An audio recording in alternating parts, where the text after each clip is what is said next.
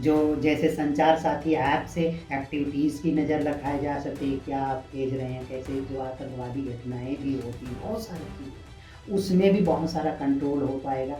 India में ख़ैर एक सबसे बड़ी कमियाँ ये है कि यहाँ की जो लीडरशिप, फ्रॉड लीडरशिप बोली जाती है। एक तरह से मेरा माइंडसेट कहता है कि गलत लीडरशिप के चक्कर में, जैसे अभी संचार साथी ऐप की बात की जाए कि भाई ऐप में ऑटोमेटिक एक्टिवेटेड रहेगा, तो आप मोबाइल खरीदेंगे ना, तो संचार साथी ऐप उसके अंदर डला हुआ रहेगा, आप उसको हटा नहीं सकते। क्या आप भी हुए हैं कभी साइबर क्राइम के शिकार? अगर हाँ, तो ये वीडियो आपके लिए है। एक पुस्तक है, उसका नाम है cyber crime awareness for senior citizen. इसके जो राइटर हैं चंदन सिंह चौहान। आज हम उनसे बात करेंगे साइबर क्राइम पर और साइबर क्राइम से कैसे बचा जाए उसके बारे में विस्तार से जानने के लिए आपको ये वीडियो एंड तक देखना पड़ेगा। तो चलिए कार्यक्रम की शुरुआत करते हैं और स्वागत करते हैं चंदन सिंह चौहान जी का। चंदन जी, बहुत बहुत स्वागत है आपका।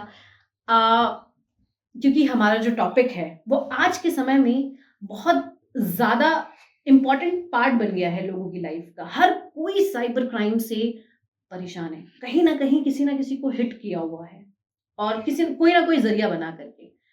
आज हम आपसे जानेंगे आपकी जो पुस्तक आपने अवेयरनेस पे लिखी है उसके बारे में। इस पुस्तक की शुरुआत करने से पहले, क्योंकि कई लोगों को तो साइबर के बारे में ही नहीं पता, तो सबसे पहला सवाल मेरा ये है, सही मायने में सही शब्दों में अगर कहा जाए तो साइबर है क्या? देखिए मैम, साइबर की सीधी-सी बात किया जाए तो इंटरनेट से लिया गया है। हम्म। जैसे कि कोई भी चीज़ हम डिजिटल कम्युनिकेशन का पार्ट्स माना जाता है कि आजकल दुनिया को जैसे आसान बनाने की, जैसे बैंकिंग प्रणाली जो भी सिस्टम है, उस सिस्टम को हम आसान बनाने के लिए इंटरनेट का उपयोग करना ही साइबर है। साइबर का कॉन्सेप्ट ये है, इंटरनेट से जुड़कर पूरे दुनिया के साथ जुड़कर हम हर काम को आसान बनाने के तरीके को हम साइबर बोलते हैं। अच्छा, जी। सही मायने में साइबर ये है। अच्छा। इंटरनेट यूज़ करना जी। मतलब हम अपने कोई जो भी काम को आसानी से कम्युनिकेट करें, अपनी सूचनाओं को भेजें, ले आएँ और सारी चीज़ें जितना भी डिजिटल कम्युनिकेशन यूटिलाइज़ किया जाता है, एवरीथिंग इज़ कॉल्ड साइबर। क्योंकि हम इस जिस युग में हैं, इस समय हर कोई, हर एक साइबर। व्यक्ति इंटरनेट से कनेक्ट है। जी, आज हर व्यक्ति के पास स्मार्टफ़ोन है। जी, अगर एक घर में 4 लोग हैं तो उसके घर में 5-6 मोबाइल होना स्वाभाविक है जी, कि वो तो होगा ही होगा। और अगर इंटरनेट है तो साइबर है, जी। साइबर है तो क्राइम है। अब हम आते हैं साइबर क्राइम पर। तो ये एक्चुअल में सही मायने में साइबर क्राइम है क्या? देखिए, बेसिकली क्या है ना कि आज डिजिटल का युग हो चुका है, बिना इसके कुछ भी नहीं पॉसिबल है। मतलब कुछ भी पॉसिबल है ही नहीं, क्योंकि हर चीज़ आसान चाहिए।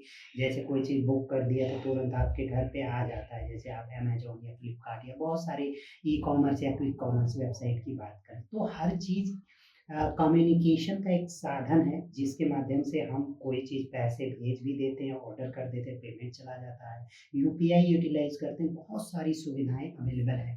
तो ये सारी सुविधाओं को आसान बनाती है जो साइबर है।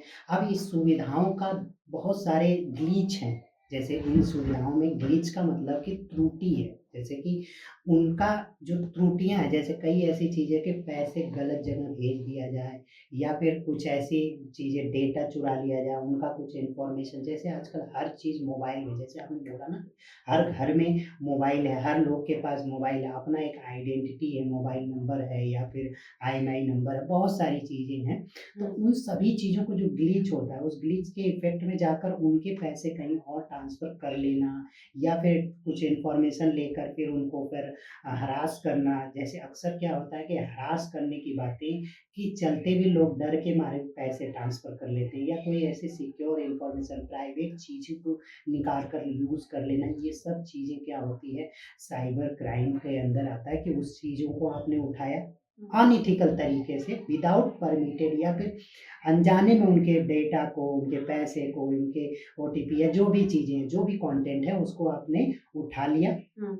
अब उसका आप दुरुपयोग कर रहे हैं, मतलब मिसयूज़ कर ले रहे हैं, क्योंकि कोई भी चीज़ प्राइवेट इन्फॉर्मेशंस होगा तो उसके लिए वो भाई डरेगा, तो उसका दुरुपयोग करेंगे या फिर धमकाएँगे या फिर बहुत सारी बातें आप प्रेज़ेंट कर सकते हैं, जैसे साइबर क्रिमिनल्स होते हैं, हुँ, ठीक है? तो उसके ज़रिए पैसे को कलेक्ट करना या फिर बहुत सारी चीज़ें जो अपराधी कर रहे हैं, ये सब चीज़ें साइबर क्राइम के अंदर यानी ये कि लॉस हो जाना, जैसे जिस साइबर क्राइम का जो विक्टिम होता है, जो हुँ, शिकार होता है, हुँ। उनका पैसे का लॉस होता है, सीधी-सी बात कि हमारे साथ इतने का फ्रॉड हो गया, इतना हम पैसा सुनते आ चला रहे हैं गया। आजकल बहुत जी, ज़्यादा, अरे हमारे अकाउंट से तो पैसे कट गए। हाँ। अब जब उसकी कंप्लेन करने के लिए जाते हैं तो जाएँ कहाँ? हुँ, इम्पोर्टेंट तो ये है, जी, जी। करें क्या? हुँ, अचानक से हमने मैसेज देखा, वो तो चलो आजकल मैसेज का ज़माना है तो पता चल जाता है कि मैसेज आ गया, 5,000 कट गए, 10,000 कट गए। अभी छोटा-सा अमाउंट होता है, लेकिन छोटा अमाउंट है, इस हुँ। पर एक्शन हर कोई लेने से कतराता भी है कि यार क्या खैर टेंशन में देखिए, पड़ना। इसके लिए ओटीपी का सिस्टम बनाया गया है। हुँ, बैंकों ने काफ़ी सावधानियाँ बरती हैं। फिर भी ओटीपी या फिर जैसे अभी तो जो नया नियम आया है कि डुअल ओटीपी वेरिफ़िकेशन होने लगे हैं कि एक बार एक जगह से होगा, एक मेल से होगा, एक जो है मोबाइल नंबर पे होगा।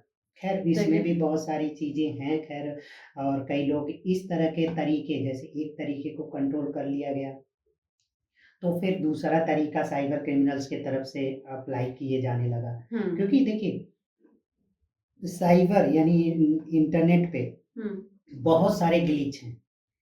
100% कभी क सक्सेस यानी प्रूव्ड नहीं हो सकता कि नहीं भाई, यहाँ पे इस प्रोग्राम के ज़रिए ये हो सकता है। मतलब उसको आप रोक नहीं सकते, क्योंकि उसको रोकने का मतलब कि कुछ चीज़ें जो नियम फ़ॉलो करेंगे, जिसको हम प्रोटोकॉल बोलते हैं। हुँ, ठीक है, प्रोटोकॉल्स होता है ना कि कहीं पे भी जाने के लिए आपको मना रहता है, जैसे फिजिकल मेंटल स्ट्रक्चर में बात किया जाए तो उसको हम प्रोटोकॉल बोलते हैं। उसी तरह से कंप्यूटर में भी प्रोटोकॉल्स बनाए गए हैं, ठीक है? एचटीटीपी हो गया, एसएमटीपी हो गया, इस तरह के प्रोटोकॉल्स बहुत सारे हैं। उस प्रोटोकॉल के ज़रिए उसको रोकने का तरीका कि एक इन्फॉर्मेशन के बाद नया सिग्नल या नया इन्फॉर्मेशन ट्रांसफ़र ना हो पाए। क्योंकि अनऑथराइज़ एक्सेस किसी को मिल जाता है और वो उस ऑथराइज़ एक्सेस का वो पर्सन कोई दुरुपयोग कर लेता है, तो वो साइबर क्राइम के अंदर आ जाता है। कोई भी चीज़ हो, चाहे आप पैसा ही नहीं चुराते हैं, बहुत सारी चीज़ें चुरा सकते हैं या ले सकते हैं, उसके ज़रिए ब्लैकमेल कर रहे हैं लोग, बहुत सारी घटनाएँ हो रही हैं आए दिन। तो ये सब कुछ एवरीथिंग साइबर क्राइम में ही हो रहा है, तो बस हमें इस चीज़ पर बहुत ज़रूरी है कि हम इसको बहुत डीप से समझें। जो भी यूज़ कर रहे हैं, बहुत खतरनाक चीज़ नहीं है, हमें बस सावधानियाँ रखनी है। जैसे कोविड आया था, हुँ। तो कोविड आ जाना एक अलग बात है कि कोविड आ गई, लेकिन हम कुछ सावधानियाँ रखेंगे तो हमें बीमारी नहीं होगी। यानी हम शिकार नहीं होंगे। वैसे ही हम मोबाइल यूटिलाइज़ कर रहे हैं तो उसकी बहुत सारे सेफ्टी ट्रिक्स हम यूटिलाइज़ करें। बहुत सारे ऐसे लालच में, क्योंकि कई लोग क्या होता है, साइबर क्रिमिनल का शिकार एक ही तरीका नहीं होता, बहुत सारे तरीके होते हैं। अब इस सभी चीज़ों को मैं समझाने लगूँ तो कई घंटे और कई दिन लगेगा। ख़ैर हमने अपनी पुस्तक अच्छा में लिखा है। मैं एक चीज़ हाँ, जी, ये आपकी पुस्तक से हमने हमें लिखा पता है, डिटेल अगर जानना है, हुँ, तो वो लिखे हुए को आप पढ़िए, प्रॉपर हो जाएगा। ख़ैर हमने कुछ चीज़ें बताई है, लेकिन बस ये सबसे इम्पोर्टेंट टॉपिक रहती है कि इम्पोर्टेंट बात जो होती है कि आप उसको समझिए और लालच में मत आइए। जो ऐसा ये अनएथिकल प्रोसेस दिखता है, आपको लगता है कि ऐसा नहीं होगा, तो कोई ऐसा कह के कि नहीं हम आपको नौकरी दिलवा रहे हैं, आप हमें 10,000 रुपया दे दीजिए, ऑनलाइन ट्रांसफ़र कर दीजिए, तब हम आपको वहाँ फॉर्म भरेंगे। आप उस पर्सन को नहीं जानते हैं, उसके एड्रेस को नहीं जानते हैं, अनएक्सेसिबल पर्सन ऐसा लग रहा है, तो आप तुरंत उसको ब्लॉक करें। लालच में मत आ जाइए कि आपको अभी आपने नौकरी मोबाइल मिली। की बात की हाँ, कि हम मोबाइल लेते हैं तो हमारे पास ऐसे प्राइवेसीज़ और सेटिंग्स होती हैं हाँ, जिसको हम कर सकते हैं और बचा जा सकता है। जी। लेकिन क्या हम लेने के बाद हमारे दिमाग में ये चीज़ आता है कि हमें प्राइवेसी और सिक्योरिटी इतना लगाने की ज़रूरत है क्योंकि हर कोई इतना जानता भी नहीं है। स्मार्टफ़ोन तो हर किसी के पास है, बट प्राइवेसी किसी को नहीं किसी पता कि को नहीं कैसे पता। जी, लगाना जी, है, जी। कैसे सिक्योर करना है अपने मोबाइल को, क्या-क्या चीज़ें हमें ध्यान रखनी है जिससे कि हम इन सब चीज़ों से बच जाएँ। अक्सर हमने देखा आईफ़ोन्स में ऐसा नहीं होता है। आईफ़ोन में ऑलरेडी आईफ़ोन बहुत सिक्योर होता है, बट आईफ़ोन बहुत कॉस्टली है, तो लोग एंड्रॉइड लेते हैं और सबसे ज़्यादा जो चोरियाँ होती हैं वो एंड्रॉइड से होती हैं। ऐसा नहीं है कि आईफ़ोन से नहीं होता, आईफ़ोन से सबसे हो सकता है, बस लालच में जो आया वो फँसा भाई। जैसे एक मछली होता है, एग्ज़ाम्पल बता रहा हूँ, तो उसको चारा डाल देते हैं। वो अनजान आदमी हम चारा खाने के चक्कर में हुँ, जान से हाथ धो बैठती है। मछली। मैं आपके साथ ठीक है, एक उसी तरह से इसके भी कॉन्सेप्ट को है कि आप साइबर क्रिमिनल के चुंगल में कब फँसते हैं, टारगेट तो सभी हैं, सबका डेटा ओपन है, सब कुछ कनेक्ट कम्युनिकेशन हर चीज़ ओपन है। तो वहाँ पे आप टारगेट कब होते हैं, जब साइबर क्रिमिनल आपसे एक बार बात करता है, बिज़नेस के लिए बात करे कि हम ये कर देंगे, वो कर देंगे, इतना पैसा भेज रहे हैं। एक क्रिमिनल एक्शन हुआ था, मैं आपको बता दूँ, एक दुकानदार था, उसका बिज़ी शेड्यूल बहुत सारा, जैसे बिज़ी का मतलब कि दिन भर पैसे आते हैं, वेरिफिकेशन होता है, तुरंत वो उसको ऑर्डर भेजते जाते हैं तरह-तरह। तो उसको क्या होता कि एक स्लिप ₹1 करके साइबर क्रिमिनल ने क्या किया, ₹1 ट्रांसफ़र कर दिया, खटाखट उसका ऑर्डर डिस्पैच हो गया। उसको पता नहीं कि इतने का, उसने ऑर्डर लिख दिया, बुकिंग किया और उसके बाद डाल दिया, मैसेज भेज दिया और ₹1 ट्रांसफ़र कर दिया, उसके बाद स्लिप भेज दिया, उसने देखा नहीं कितना पैसा ट्रांसफ़र हुआ है।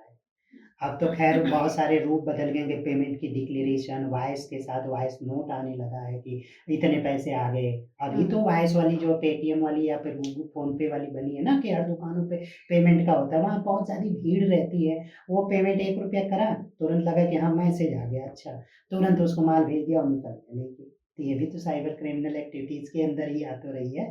बिल्कुल। ये सब चीज़ें हैं जो कि कहीं से फ्रॉड किया जा सके, ये सब चीज़ें साइबर के अंदर इंटरनेट का ही तो है कि आपने जो भी फ्रॉड हुआ है या जो चोरियाँ हुई है, इंटरनेट के कारण हुई है, वो सब अपराध जो है साइबर का, अच्छा, ठीक है?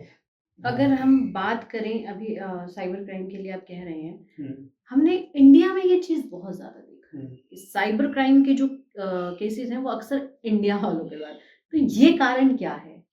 देखिए, इसको अगर बात करें ना, तो इंडिया, मैं ऐसे डायरेक्ट तो नहीं कहना चाहता, बट ये मैं कहना चाहता हूँ, इतिहास उठा के देखिए, तो हमेशा गुलाम रहा है देश। बहुत बड़ी बात है, आप सोचने वाली बात है। साइबर गुलाम है। तो पहले बात को समझिए, एंड शुरू से एंड तक देखिए कि गुलाम रहा है, क्यों रहा है? वो लालच के चक्कर में। एक अच्छा। शासक जो है उसको कहता था कि मैं तुम्हें ये राज दिलाऊँगा, अंग्रेज आए, हुँ, एग्ज़ाम्पल बता रहा हूँ, उसने दूसरे राजपुताना बात किया कि तुमको तुम्हारे दुश्मन को मैं हरवा दूँगा, मिल के करते हैं, बाद में उनको भी जीत लिया। तो ये लालच, लालच का शिकार भारतीय धरती पे जो हुआ है सबसे ज़्यादा, नासमझी और लालच के चक्कर में लोग फँस रहे हैं। इंडिया में ऐसी कंडीशन है, जो लोग जल्दी लालच में आ जाते हैं, अक्सर। इसका कारण हो सकता है कि भाई गरीबी हो या फिर कुछ भी हो, थोड़ा पैसा है तो उसको भी ले लेते हैं। ऐसा कंडीशंस बहुत सारी हैं। तो इंडिया में पॉपुलेशंस भी है, बहुत सारे लीडरशिप की बात किया जाता है, इसमें भी ये बातें हैं। तो इतिहास से लेकर के गुलाम रहने का कारण भी लालच रहा है। अगर लालच नहीं आता, तो कोई, किसी की हिम्मत नहीं होती कि कोई आके यहाँ पे अटैक करे। हमारे ही लोगों को फोड़ कर वहाँ से उनको थोड़ा पैसा दिया, उनके साथ मिल गया, वहाँ से उनको फोड़ लिया, वहाँ पे उनके साथ मिल गया, तो ऐसे करके उन्होंने अटैक कर लिया। उसी तरह से साइबर क्रिमिनल एक्टिविटीज़ भी इसी कॉन्सेप्ट पर काम करती है। थियरी तो एक ही है, चाहे पहले वाली थियरी हो, चाहे आज वाली थियरी हो, सभी का थियरी एक ही है। बस समझने वाली बात है कि यहाँ पे अपराध हो रहा है तो लालच के कारण। आप शिकार बन रहे हैं लालच के कारण। बस इस चीज़ को समझिए कि कहाँ पे लालच हो रहा है, कहाँ पे ऐसा लग रहा है, इस चीज़ को समझना है। तो इंडिया ऐसे टारगेटेड कॉन्सेप्ट हो गया कि यहाँ पे नासमझों की संख्या बहुत ज़्यादा है। और जो लोग फ़ायदा, जैसे आजकल नेता लोग हैं, ये लोग का क्या है, ये लोग उसका फ़ायदा उठा रहे हैं। नासमझी के कारण ही तो गलत-गलत सरकारें बन रही हैं। हुँ। किसी को भी वोट दे देते हैं, थोड़ा-सा जाति के नाम पे, थोड़ा-सा पैसा बाँट दिया, दारू के नाम पे, ये सब चीज़ों के चक्कर में वोट बढ़ जा रहे हैं। जेन्युइन कॉन्सेप्ट पे कोई काम नहीं करना चाहता, सभी लालच के चक्कर में। वैसे ही एक ऐप आया हुआ था, उसमें आप ₹10 लगाओ और ₹100 आपको 1 हफ्ते बाद मिल जाएगा, इतना पैसा मिलेगा, 2 लोगों को और जुड़वा दो, तो वो फिर इतना पैसा मिलेगा। बाद में क्या हुआ, वो ऐप बहुत मोटा पैसा ले लिया, ऐप बंद हो गई, जाओ। बाद में पता चला कि वो चाइना का ऐप था। सर्वे करना था, ऐसा बहुत सारे कॉन्सेप्ट यहाँ पे क्या हो रहा था और कि उसका भी कोई टारगेट, ना कोई माध्यम होता है कि वो आपसे क्या चीज़ निकाल रहे हैं। हाँ, आपसे आपको ₹10 के बदले ₹100 दे करके आपसे क्या ले रहे हैं आपको हाँ, खुद नहीं पता खुद है। नहीं पता अच्छा, है। अगर हम प्रकार की बात करें, साइबर क्राइम के प्रकार कितने तरीके के होते हैं? किस-किस तरीके से साइबर क्राइम हो सकता है? देखिए, इंटरनेट के तो बहुत सारे ग्लिच हैं, मैंने शुरू में बताया ना ग्लिच, ग्लिच का मतलब गलतियाँ, त्रुटियाँ, उसी त्रुटि को कैसे टच करके हम उस चीज़ को कवर करते हैं। जैसे त्रुटि कई चीज़ें हो सकती हैं, जैसे कोई ऐप बनाई गई, ओके? अब ऐप में क्या है, एक ऐसा परमिशन एक्सेस होता है, वो ऐप के साथ एंड्रॉयड का एक कोलैबोरेशन होता है। जैसे ये एंड्रॉयड आप जानती होंगी, एंड्रॉयड एक ऑपरेटिंग परमिशन सिस्टम मांगता है। है जब आप कोई भी ऐप इंस्टॉल हाँ, करते हैं। एंड्रॉयड एक ऑपरेटिंग सिस्टम है।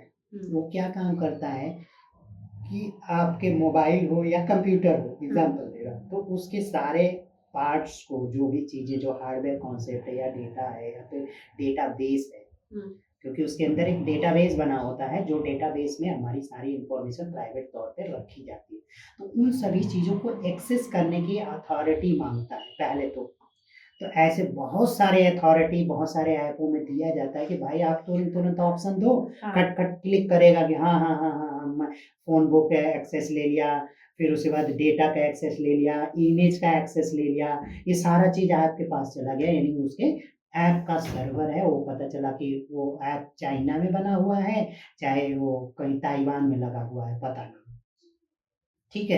अब वो ऐप की एक्सेस उसके पास डेटा चला गया। अभी एक एक तरीका तो मैंने ये बता दिया कि एक्सेस ले लिया, अब डेटा के ज़रिए आप जो करना चाहे वो अंदर-अंदर कर रहा है, आपको पता भी नहीं है। जैसे बोलते हैं ना कि हीटिंग हो रही है मोबाइल, आपने एक क्वेश्चन आपने शायद पूछा था कि हमारा किसी का मोबाइल मोबाइल कई बहुत बार, हाँ हाँ। हीटिंग हो रही है।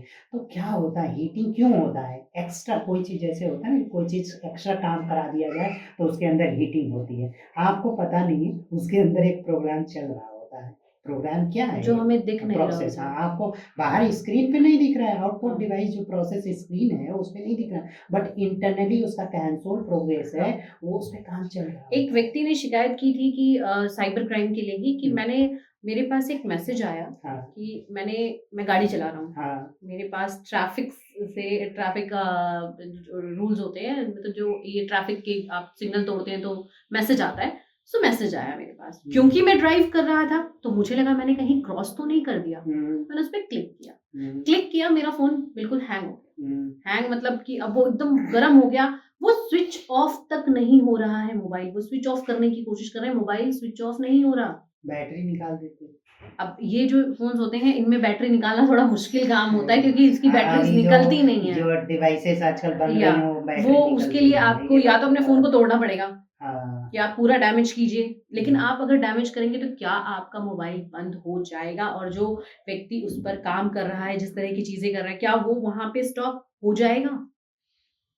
ये सोचने की बात तो है। ये चीज़ें देखिए यहाँ पे अब तो वहाँ पे क्लिक करते समय समझना चाहिए। ख़ैर अभी तो नहीं, नहीं, कम्युनिकेशन के आप ये देखिए कि यहाँ पे व्यक्ति की क्या गलती है? आप ड्राइव कर रहे हैं, हुँ।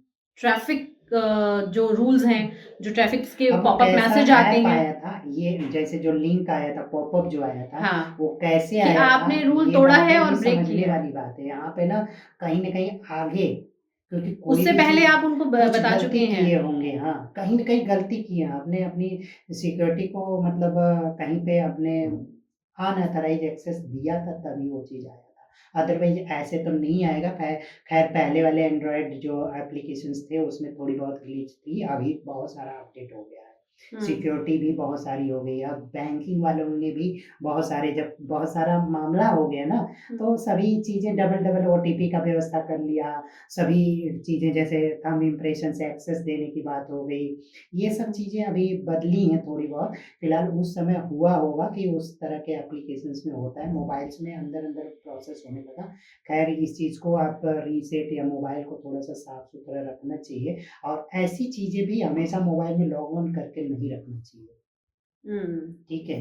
अनऑथराइज़्ड एक्सेस की एप्लीकेशंस भी ऐसे नहीं रखना चाहिए। अगर लग रहा है तो बहुत सारी सेटिंग्स होती हैं, जो सेटिंग को डिसेबल करके इनेबल करके रखना चाहिए कि आपकी कोई चीज़ उस पे कोई एक्सेस ना कर पाए। ये सब चीज़ें मोबाइल के अंदर सेटिंग होती है। गूगल की भी परमिशंस बहुत सारे ऐसे होते हैं कि आप ऑन करके कर दीजिए कि उसको आप कोई एक्स्ट्रा एक्सेस ना कर सके। तो ये सब चीज़ें कर देंगे तो वो एक्सेस होगा ही नहीं, वहीं पे जाके प्रोग्राम स्टॉप कर जाएगा। ये मोबाइल में होती है सेटिंग। चंदन जी, हमने देखा कि गवर्नमेंट एक टेलीकॉम एक्ट लेकर आई थी 2023, जिसको 2024 में अप्लाई किया अप्लाई गया किया था। गया जी, जी, अप्रैल जी। में। जुलाई में किया गया था। हुँ। तो ये क्या है, हुँ। इसके क्या बेनिफिट्स हैं, इसके बारे में बताइए। देखिए, ये टेलीकॉम एक्ट तो बहुत बड़ी चीज़ है, हुँ, जिसमें कि गवर्नमेंट ने जो पुराने वाले टेलीकॉम से काफ़ी अपडेट करा है। हुँ, ख़ैर इसमें बहुत सारी सावधानियाँ, बहुत सारी जो डिजिटल ऐज की जो साइबर स ऐज जो अभी चल रहा है साइबर वाला, क्योंकि हुँ, पहले जो एक्ट बनाया गया था उसमें साइबर से रिलेटेड कोई मैटर नहीं था, तो कोई बनाया नहीं था। आज जो इंटरनेट के ज़रिए जो अपराध हो रहे हैं उसके बारे में कोई एक्शन पहले नहीं होता था। जैसे आप कोई फ़ोन वग़ैरह का कुछ आप गड़बड़ किए हैं, तो उसके साथ अपराध क्या होते थे 420 का एक मुकदमा 3 महीने की सज़ा देके काम खत्म, ऐसा ही होता था। लेकिन वो तो बहुत ज़्यादा बड़ा अपराध है ना, जिसके चलते आज जो है बनाना ज़रूरी था कि आप जो अपराध किए हैं, उसकी सज़ा क्या देनी चाहिए। जज को भी नहीं पता है कि इसने इस तरह का अपराध किया, उसको क्या सज़ा दिया जाए। संविधान में जितना रहेगा उतना ही जज तो करेगा, हुँ, उससे ज़्यादा तो करेगा नहीं कि नहीं भाई हम इतना अपराध करे हैं तो इतना हो जाएगा, ये अपराध किए हैं तो इसके कारण ये हुआ तो ये सज़ा हो गई, ऐसा कोई एनालिसिस संविधान में था नहीं। तो इसी संविधान के नियम को अपडेट करते हुए गवर्नमेंट ने टेलीकॉम एक्ट या फिर जो एक्ट लाई, जो साइबर सिक्योरिटी एक्ट जो भी बनाया गया है, हुँ, इसमें अपराध को जस्टिफ़ाई किया गया। प्रॉपर तरीके से टेलीकॉम एक्ट 23 में जस्टिफ़ाई किया गया कि टेलीकॉम से रिलेटेड जितने भी मोबाइल से रिलेटेड अपराध हो रहे हैं, उस पे क्या-क्या कौन-सा अपराध किया तो क्या सज़ा देनी चाहिए, कितनी पेनल्टी देनी चाहिए, अच्छा, इसके बारे में प्रॉपर एनालिसिस किया गया है। बहुत सारी सावधानियाँ भी मोबाइल से संबंधित चीज़ें हैं।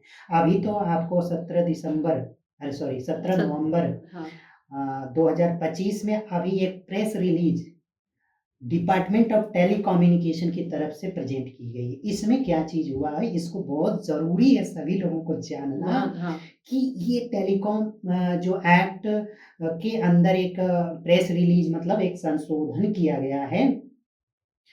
सबसे पहला संशोधन संचार साथी ऐप का है।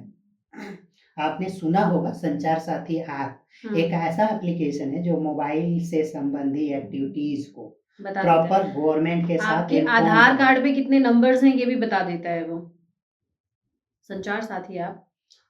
देखिए, ये तो कहने वाली बातें हैं, बहुत सारी बातें हैं। लोग अफ़वाह फैला रहे हैं संचार कई अपराधी लोग प्रवृत्ति के लोग चाह रहे हैं कि संचार साथी ऐप एक्टिवेटेड ना हो। गवर्नमेंट के जो सुरक्षा का जो कानून प्रोसेस करना चाहता हुँ, है, गवर्नमेंट चाहती है कि भाई सबको सुरक्षा मिले सही तरीके से क्योंकि ये साइबर क्राइम का जो अपराध है ना, बहुत ज़्यादा क्रिटिकल अपराध है जिसको कि पकड़ नहीं पा रहे हैं, लोगों को आत्महत्याएँ तक कर ले रहे हैं। जैसे हमने बुकें लिखी है ना, हुँ, उसमें हम ओल्ड एज पीपल्स के बारे में अक्सर हमने ये बातें लिखी है कि उनके साथ अपराध होता है तो फिर उसके पास ऑप्शन नहीं बचता है कि भाई फिर से कमाए। कोई यंग एज के साथ कोई अपराध हो जाता है तो फिर से रिवाइव कर लेता है कि चलो भाई कोई दिक्कत नहीं, जो जाना था चला गया। अब उसको टेंशन नहीं, लेकिन कोई ओल्ड एज पर्सन पूरी जीवन की कमाई कहीं मिस हो गई तो वो फिर आत्महत्या कर लेता है। इस तरह की बहुत सारे केसेस आए हैं। हम न्यूज़ उठा के देखिए आपको पता चल जाएगा कि क्या कहानियाँ हैं। तो यहाँ पे इस चीज़ को समझने की ज़रूरत है कि साइबर क्राइम एक हत्या से भी खतरनाक अपराध हो सकता है। हुँ।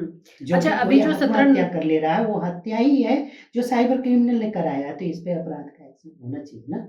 बिल्कुल होना चाहिए। तो ये जो प्रेस रिलीज़ के बारे में आप बता हाँ, रहे थे, हाँ। ये आप पूरा जी, जी, मैं कंप्लीट अभी नहीं किया, मैं पूरा इसके मैंने बारे किया में नहीं, थोड़ा-सा मैं हाँ। उधर चला गया इमोशनल फैक्ट्स पे। जी। ख़ैर ज़रूरी है इस चीज़ को जानना।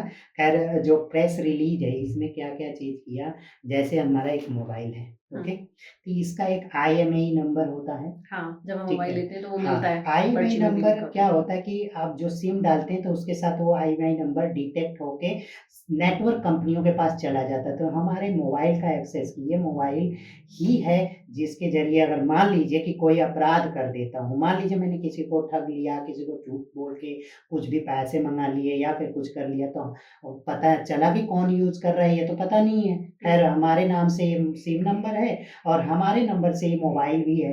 हम यूज़ ही कर रहे हैं, हमारे पास ही ये मोबाइल नंबर है। तो आईएमईआई नंबर के ज़रिए वो हम डिटेक्ट कर रहे हैं। तो गवर्नमेंट ने इस चीज़ पर कहा कि जो आईएमईआई नंबर है, जो मैन्युफैक्चरर है, वो क्या करेगा कि आईएमईआई नंबर को गवर्नमेंट की साइट पे डालेगा। पहली बात कि हमारा ये हमने मान लीजिए कि 1 लाख मोबाइल्स बनाए या कोई भी डिवाइस आईएमईआई वाली टेलीकॉम डिवाइस बनाई, ठीक है? उस सारी आईएमईआई नंबर को गवर्नमेंट पे चढ़ाओ।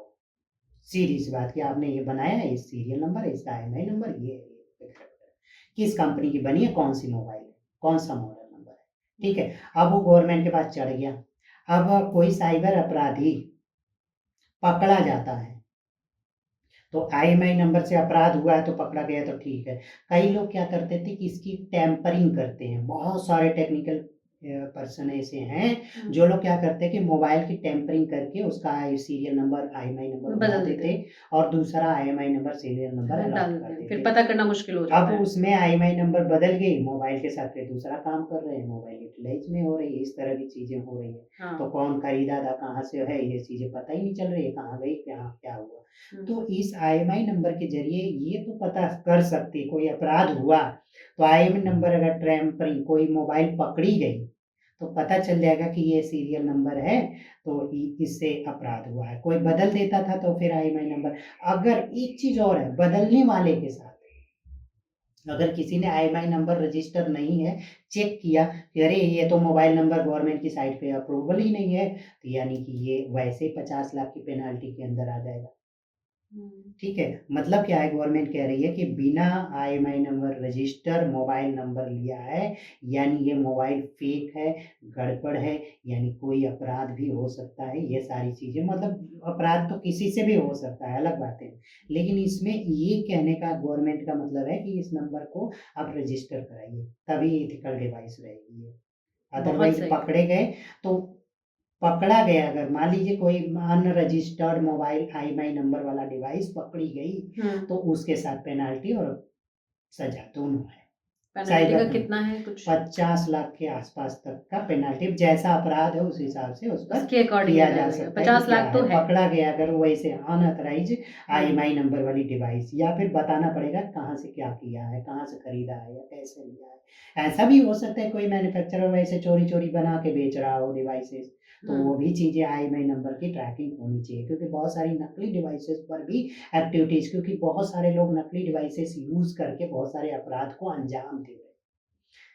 क्योंकि उसको पकड़ना मुश्किल हो जाता है, कौन-सा मॉडल यूज़ किया है, कौन-सी मशीन थी, आईएमईआई नंबर गवर्नमेंट के पास हुआ था, आईएमईआई नंबर तुरंत टेलीकॉम कंपनियों से निकाल लेगी फट से कि ये नंबर था, ये आईएमईआई नंबर है। नंबर तो किसी, पता चला किसी गाँव के बंदे से उठा के ले आया, या आजकल दुकान वाले भी बहुत सारी चोरियाँ करते हैं। क्या करते हैं कि एक आदमी अंगूठा लगाया या फिर हाथ लगाया, अपना आधार से सिम लिया, उसी पे एक एक्स्ट्रा जनरेट करके ले लिया। ठीक है? अब वो फिर किसी और को बेच दिया। तो ये चीज़ें फिर ख़ैर तो अभी बहुत सारे नियम वो सिम को भी अलॉट करने में बना दिया गया, तो अपराध में ये चीज़ें बच गई। तो अब सिम से संबंधित अपराध तो बहुत कम हो चुका है। अब दूसरा जो अपराध है, उसके बारे में मैं बताने जा रहा हूँ, बहुत ज़रूरी कॉन्सेप्ट है। पहला अपराध सिम से रिलेटेड है, जिसको गवर्नमेंट ने बहुत सही से मतलब इसको मैनेज कर दिया। अब सिम से संबंधित अपराध या आईएमईआई नंबर से संबंधित अपराध अगर होंगे, तो पकड़ा जाएगा भाई।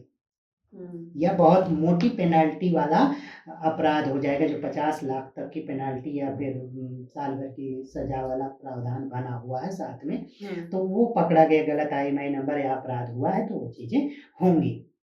दूसरी चीज़ है, जो ऐप के ज़रिए कॉल्स होती हैं, जैसे टेलीग्राम हो गया, सबसे ज़्यादा अपराध टेलीग्राम ऐप के ज़रिए हो रहे हैं, ठीक है? ग्रुप में बना के बहुत सारे व्हाट्सएप के ज़रिए हो रहे हैं, व्हाट्सएप वीडियो कॉल में, और बहुत सारे वीडियो कॉल ऐप्स हैं, सभी में ऐसा कुछ प्रावधान हो रहा है। तो उसके लिए भी गवर्नमेंट ने इस प्रेस रिलीज़ में डिस्क्राइब करा है।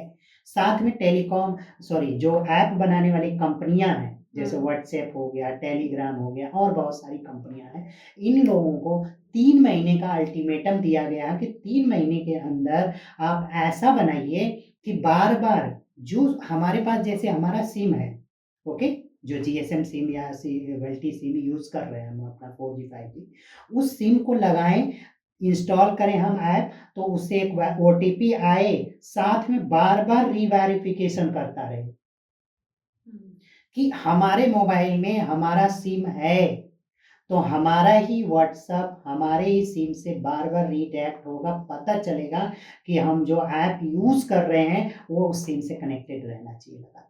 यानी कि हम वो व्हाट्सएप नंबर जो यूज़ करेंगे ना, वो सिम भी उसके साथ मौजूद होनी चाहिए। कई लोग क्या होता है कि किसी से ओटीपी मांग लिए, फर्जी काम कर रहे हैं। ऐप के जरिए, व्हाट्सएप ऐप के जरिए गलत कॉल कर रहे हैं, टेलीग्राम के जरिए कर रहे हैं, इंस्टाग्राम के जरिए कर रहे हैं। तो ये सारे जो टेक कम्युनिकेशन ऐप हैं, इन पर सख्त हिदायत 3 महीने बाद आप मार्च तक देखिएगा, सारे ऐप का कॉन्सेप्ट बदल जाने वाला है।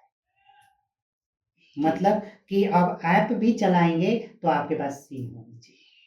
सिम का मतलब अगर एक्टिव आपने होना आपके चाहिए। उसमें सिम नहीं होगा तो तो वो यानी नहीं इस चलेगा। नंबर से अगर अपराध हुआ है, हुँ। तो पता चल जाएगा कि ये सिम नंबर है। क्योंकि पहले क्या करता था कि भाई हम नहीं जानते हमारा व्हाट्सएप नंबर कौन चला रहा है।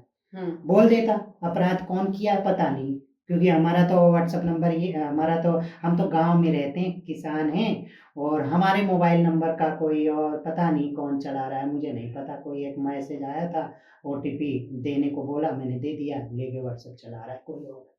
वो बैठा है अमेरिका में, ठीक है? अब वो व्हाट्सएप कॉल कर करके फ्रॉड कर रहा है। तो अब ये चीज़ नहीं होगा जब हम बार-बार री-वेरिफ़िकेशन प्रोसेस होगा, यानी कि जो हम व्हाट्सएप चला रहे हैं, वो सिम भी इसी में मौजूद होनी चाहिए। तो क्या होगा? सेफ्टी बढ़ेगी, ऐप के ज़रिए भी आपको फ्रॉड लगता है इससे नहीं फिर साइबर क्राइम कम होगा? बहुत ज़्यादा कम होगा। जो जैसे संचार साथी ऐप से एक्टिविटीज़ की नज़र रखाई जा सकती है, क्या आप भेज रहे हैं, कैसे जो आतंकवादी घटनाएँ भी होती हैं, बहुत सारी चीज़ें, उसमें भी बहुत सारा कंट्रोल हो पाएगा। इंडिया में ख़ैर एक सबसे बड़ी कमियाँ ये है कि यहाँ के जो लीडरशिप, फ्रॉड लीडरशिप बोली जाती है। एक तरह से मेरा माइंडसेट कहता है कि गलत लीडरशिप के चक्कर में, जैसे अभी संचार साथी ऐप की बात की जाए कि भाई ऐप में ऑटोमेटिक एक्टिवेटेड रहेगा। वो आप मोबाइल खरीदेंगे ना, तो संचार साथी ऐप उसके अंदर डला हुआ रहेगा, आप उसको हटा भी नहीं सकते। टेम्पर भी नहीं कर सकते कुछ भी। अगर टेम्पर करते हुए करे गए तो भी अपराध। खैर विधानसभा में है, उसमें बहुत सारे नेता अपना विपक्ष वाले बवाल कर रहे जा रहे हैं। आप न्यूज़ सुनिएगा तो पता चल बिल्कुल, जाएगा बिल्कुल। कि उसपे विरोध किया जा रहा है। खैर विरोध नहीं करनी चाहिए, क्योंकि देखिए ये कई लोग ऐसे हैं जो अपराधी प्रवृत्ति के लोग हैं, वो लोग भी विरोध कर रहे होंगे। क्योंकि भाई गलत काम करना है तो वो पकड़े जाएँ, उससे अच्छा कि इसका विरोध करके हटवा लो। नहीं करेंगे, हमारी प्राइवेसी जाएगी, ये जाएगी। खैर ये चीज़ें, प्राइवेसी तो बहुत सारी है गवर्नमेंट के पास। अच्छा, तो अगर हम ऐज की बात करें, हुँ। जो ये साइबर क्राइम होता है, किस ऐज के लोगों के बीच में ज़्यादा होता है? किस ऐज में? देखिए साइबर क्राइम किसी के साथ भी हो सकती है, ऐज मायने नहीं रखती है। बट ये समझना ज़रूरी है, साइबर क्रिमिनल उनको टारगेट करते हैं जिनके पास या तो बहुत ज़्यादा पैसा हो, क्योंकि टारगेट उन्हीं को करेंगे। वैसे किसी भिखारी को धमका देंगे तो क्या ही देगा? देगा कुछ? कुछ नहीं देगा, कहेगा भैया क्या है? ले लो जो लेना ले लो, क्या कर सकते हो? लेकिन वही जिनके पास पैसा है उनको आप टारगेट करते हैं तो उनके पास पैसा मिलेगा। साइबर क्राइम का जो मेहनत कर रहा है, जो मेहनत की समझी जाएगी। क्रिमिनल कर रहा है वो भी मेहनत ही एक तरह से है। खैर ज़्यादा दिमाग लगा रहा है हाँ, वो। ज़्यादा दिमाग लगा रहा है, मेहनत ही कर रहा है ना। हुँ। सही जगह मेहनत दिमाग लगाना चाहिए, तो वो गलत जगह, क्योंकि वहाँ ज़्यादा पैसे मिल जा रहे हैं तो वहाँ गलत जगह पैसा लगा रहा है, अपना प्रोसेस कर रहा है। तो वहाँ पे अपराध हो रहा है। तो इसमें क्या होता है कि जैसे किस-किस कैटेगरी के लोगों को टारगेट में आ जाए, जैसे ज़्यादा एजुकेटेड या समझदार लोग हैं, वो लोग टारगेट में बहुत कम ही आते हैं। तो उनको टारगेट करना, वो फिर उनको हिट नहीं करते। पता चल गया कि ये पर्सन ऐसा है, तो इनको टारगेट नहीं करना, हटाइए। ऐसा लगता है कि ये नॉन टेक्निकल है, इनको थोड़ा-सा लालच में रहता है, या फिर एक बार तो सबके पास ट्रायल कॉल, आपके पास भी आई होगी ट्रायल कॉल। हुँ। साइबर क्रिमिनल्स की बहुत सारी कॉल आई होगी, हाँ, लेकिन आप उस मैं भी आ टारगेट में, गई उनके हूँ। झांसे में नहीं फँसे होंगे, तो वो समझ गया एक बार के बाद, फिर फालतू में एफर्ट नहीं, लगाना नहीं, छोड़ मेरे दिया। पास तो मैसेज आया, मतलब हाँ, मेरे पास कॉल आया कि हाँ, मैडम मैं आपको क्यूआर कोड आपके हस्बैंड ने पैसे देने थे, हाँ, मुझे देना था उन्हें, हाँ, तो वो कॉल नहीं उठा रहे, मैं आपको दे दूँ? हाँ, मैं कितना? कह रहे हैं कि शायद 15-20 हज़ार के आस-पास, तो आप अपना क्यूआर कोड दे दीजिए हमें। हुँ, तो मैंने कहा अच्छा, फिर? उसके बाद एक ओटीपी जाएगा, ओटीपी दे देना तो चला जाएगा आपके पास। तो उन्हें हुँ, लगा शायद मैं बेवकूफ़ हूँ। मैंने अपने हस्बैंड को कॉल किया। मैंने कहा किससे फ़ोन पैसे-वैसे लिए थे? वही मेरे पास वो दिए हैं, वो मुझे पैसे दे रहे हैं। हाँ, कह रहे हैं दे रहे हैं तो दे दो। हुँ, मैंने कहा अच्छा। तो मैंने उनसे पूछा आप कहाँ से बात कर रहे हैं? हुँ, उसके बाद उन्हें लगा कि ये ज़्यादा इंक्वायरी कर रही है हुँ, और मुझे पैसे क्यों दे रहे हैं? किस चीज़ के पैसे दे रहे हैं? हुँ, मुझे उनके एक-एक रुपए का हिसाब का पता है, तो आप किस चीज़ के पैसे दे रहे हैं पहले तो मुझे ये क्लियर कीजिए। हाँ, कहाँ दिया उन्होंने? मैं उनसे सही बात। कन्फर्म करूँगी ना। हाँ, आप मुझे पैसा दे रहे हैं, बहुत अच्छी बात है, मुझे तो हुँ, पैसा लेने में कोई दिक्कत नहीं है, हाँ, लेकिन फिर भी मुझे पता चलना चाहिए कि वो पैसा किस चीज़ का मेरे पास आ रहा है। हाँ, उन्होंने फ़ोन रख दिया, उसके बाद मैंने उनको कॉल मिलाया, फिर उसके हुँ, बाद उन्होंने कॉल ही नहीं उठाया। उन्हें अच्छा। लगा कि नहीं अब नहीं मिलाना चाहिए। टारगेट में गलत मतलब वो समझ गया कि ये हाँ, समझदार। तो यहाँ पे कुछ लोग क्या होते हैं कि तुरंत सारा चीज़ भेजने लगे, अरे पैसा लालच में आ गए, तो हुँ। वहाँ वो पैसा शिकार होते देने का लालच करते हैं, हैं। लेने का लेने का वही करेगा तो आदमी तरीका बात ही नहीं करेगा। तरीका वही है। कुछ तो भाई लालच तो वही करते हैं ना, जैसे हुँ, मैंने बताया ना एक मछली वाला, उसको चारा डाला गया, दिख गया कि अरे चारे हैं, तो उसको फिर पानी तो बेकल होके खा गई और मर लिया। तो ये सब चीज़ें इसी तरह से टारगेट होते हैं। अक्सर इस तरह का सबसे पहला ही मैंने टॉपिक बताया था कि लालच में आना।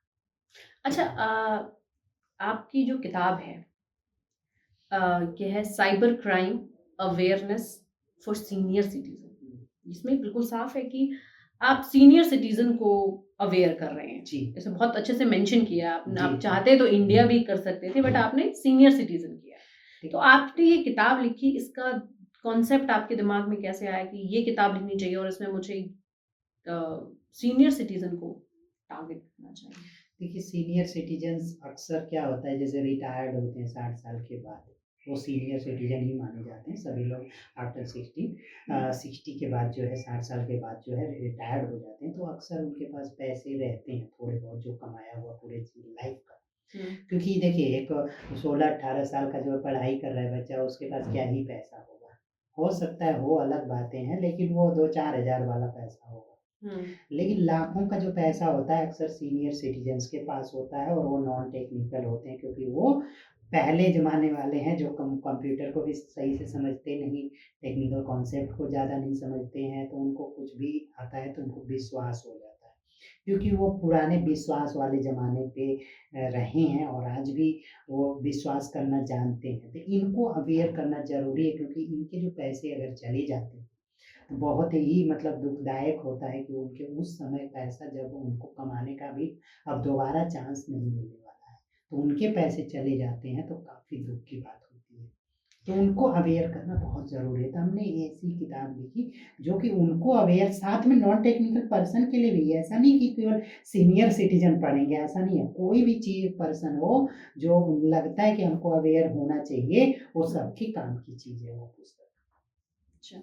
अच्छा एक एक्सपीरियंस मैं आपके साथ साझा करूँगी क्योंकि ये आपकी किताब से रिलेटेड है। जी।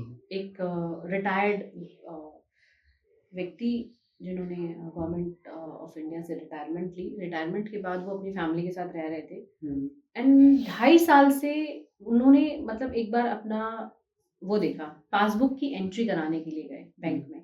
जब उन्होंने पासबुक की एंट्री कराई तो उन्होंने रैंडमली देख लिया, वैसे वो देखते नहीं है। हुँ। और जब आपके पास पेमेंट आ रही होती है, पेमेंट है तो आप उतना ज़्यादा ध्यान नहीं रखते, छोटे-छोटे अमाउंट पे तो ख़ास तौर पे। हुँ। तो उन्होंने जब देखा तो उन्होंने उसमें देखा कि अरे! ₹250 का ये आया हुआ है, ₹1500 का ये आया है, हुँ। ₹2000 का ये आया, मैक्सिमम 2000 इससे ज़्यादा का ट्रांज़ैक्शन नहीं। बट ये ट्रांज़ैक्शन डेली का था। हुँ। और जब उन्होंने देखा तो उन्होंने पूछा कि भई हमने तो ये किया ही नहीं, तो ये हुआ क्यों? अपने बैंक में जाके उन्होंने कॉन्टैक्ट, पहले उन्होंने कस्टमर केयर पे कॉल किया। उन्होंने कस्टमर केयर पे कॉल किया तो कस्टमर केयर वालों ने बताया कि ये आपके अकाउंट से कटा है। हुँ।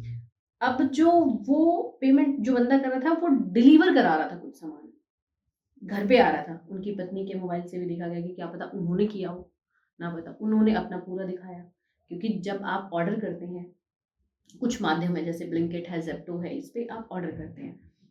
उन्होंने जब दिखाया तो उसमें नहीं था लेकिन और ये चीज़ 2.5 साल से चलती आ रही है, ये प्रोसेस। उन्हें अभी तक पता नहीं लगा था कि उनके नहीं, अकाउंट से अकाउंट पैसा में कटा। चेक करना चाहिए ना, ये नहीं, तो तो गलती वहाँ उनकी पे भी क्या आ है रही है। कि जब वो वाला पेमेंट कटता था, जो वो मँगाता था, वो हमेशा मतलब उसका कोई मैसेज नहीं आना। लेकिन हुँ। जब वो एटीएम से पैसा निकालते थे, तो उसका मैसेज उनके मोबाइल में आता था और वो वाला मैसेज नहीं आता तो था। ये बैंक वालों की गलतियाँ हैं ना।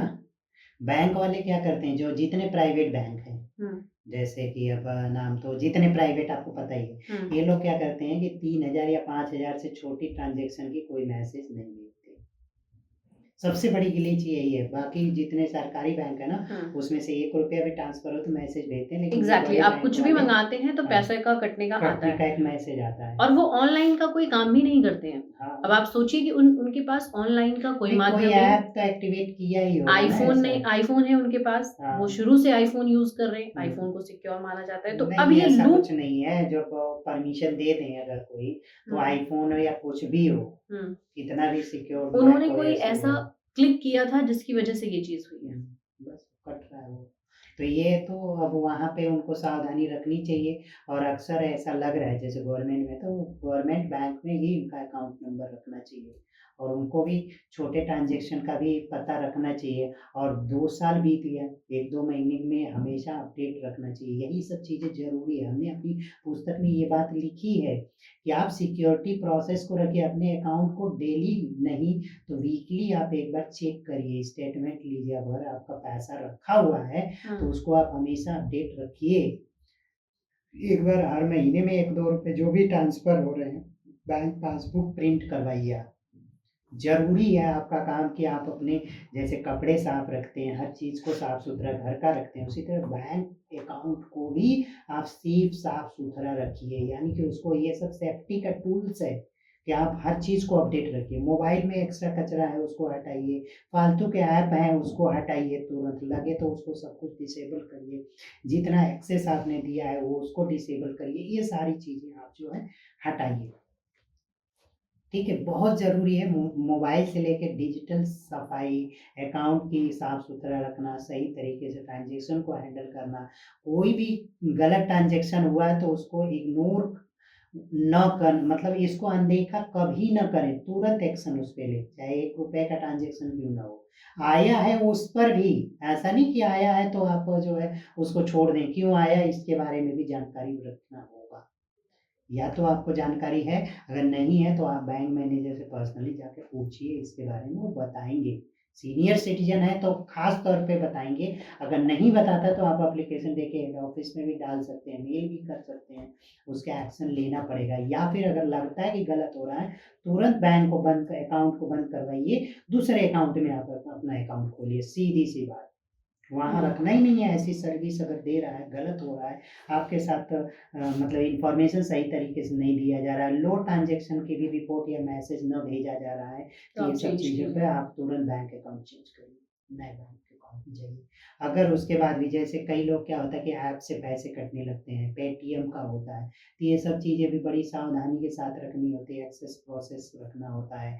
एक ऑटो डिटेक्शन का ऑप्शन उसमें बनाया गया है। यूपीआई आ जाने से थोड़ा-सा और ज़्यादा हो गया, ख़ैर यूपीआई तो काफ़ी सेफ़ हो लिया अभी तो, हुँ। फिर भी उसमें बहुत सारे अपराध हो रहे हैं। तो ये सब चीज़ें हमें सावधानी हम रहने जैसे की ऑनलाइन ज़रूरत है। कोई चीज़ें बुक करते हैं, हुँ। जैसे ट्रेन की टिकट हो गई, बस की टिकट हो गई, तो ये कितना सेफ़ है और कितना अनसेफ़ है? देखिए इसमें ऑनलाइन जो टिकट बुक कर रहे हैं तो अच्छी साइटों से बुक करिए, आईआरसीटीसी जैसे रेलवे का हो गया, फ्लाइट का हो गया, तो इनसे बुक करिए। पेटीएम ऐसे वगैरह कोई से नहीं? पेटीएम से पेटीएम भी कर बहुत सारी सकते हैं। सुविधाएँ देता है अपने आप में। पेटीएम देता है, लेकिन अक्सर कोशिश करना चाहिए कि एकदम डायरेक्ट ऐप से करना चाहिए जो गवर्नमेंट की और साइट अकाउंट है। से कटना चाहिए। हाँ, अकाउंट से कटे या फिर उसमें भी कार्ड को सेव करने का ऑप्शन हटा देना चाहिए। अक्सर बहुत सारे ऐपों में क्या होता है ना, कार्ड सेव करने के लिए परमिट माँगता है। हुँ। तो कार्ड को या फिर नेट बैंकिंग का सावधानी से यूज़ करना चाहिए। ख़ैर उसमें भी काफ़ी सेफ्टी आ गई है, फिर हुँ। भी अभी दिक्कतें आ जाती हैं। फिर भी सही ऐप के ज़रिए बहुत सारे ऐसे-ऐसे फर्जी ऐप आ चुके हैं या उससे बुकिंग होती है। बुक भी नहीं होता है और पैसे कट जाते हैं। जैसे लगता है कि अरे ट्रेन की टिकट अरे खाली है, इसमें तो खाली दिखा रहा है। तुरंत बुक कर लिया, पता चला पैसा चला गया, बुक-वुक कुछ नहीं हुआ। तो हुँ। ऐसे भी ऐप आजकल चल रहे हैं। खैर पेमेंट गेटवे में बहुत सारी सावधानियाँ बन चुकी हैं कि आप पेमेंट गेटवे जो पेमेंट कर रहे हैं तो उसपे कंप्लेन करेंगे तो एक्शन हो जाएगा। कॉमनली आपको बहुत ज़रूरी है इस चीज़ को समझने के लिए। बाकी आप अपना जैसे मोबाइल यूज़ कर रहे हैं तो उसमें सबसे पहले तो संचार साथी आप डाल ही लीजिए। आपका क्या है, कोई बहुत बड़ी प्राइवेसी प्रोसेस गवर्नमेंट जान जाएगी तो कोई अपराध नहीं होगा, अच्छी बात है। गवर्नमेंट को बताना ही है। वो हुँ। लोग छिपाते हैं, उसी को तो आपराधी प्रवृत्ति बोला जाता है कि आप कोई चीज़ गवर्नमेंट को बिना बताए अगर काम कर रहे हैं तो वो आतंकवाद ही तो है। एक तरह से अपराध हो गया कि आप बिना बताए गवर्नमेंट के आप कुछ भी कर रहे हैं। तो संचार साथी ऐप बहुत अच्छा है। आप अच्छा डालिए एक अपने ऐप में, वर्ड चोरी सुना होने से है, बचाता है, सब कुछ करता है। जी बताइए?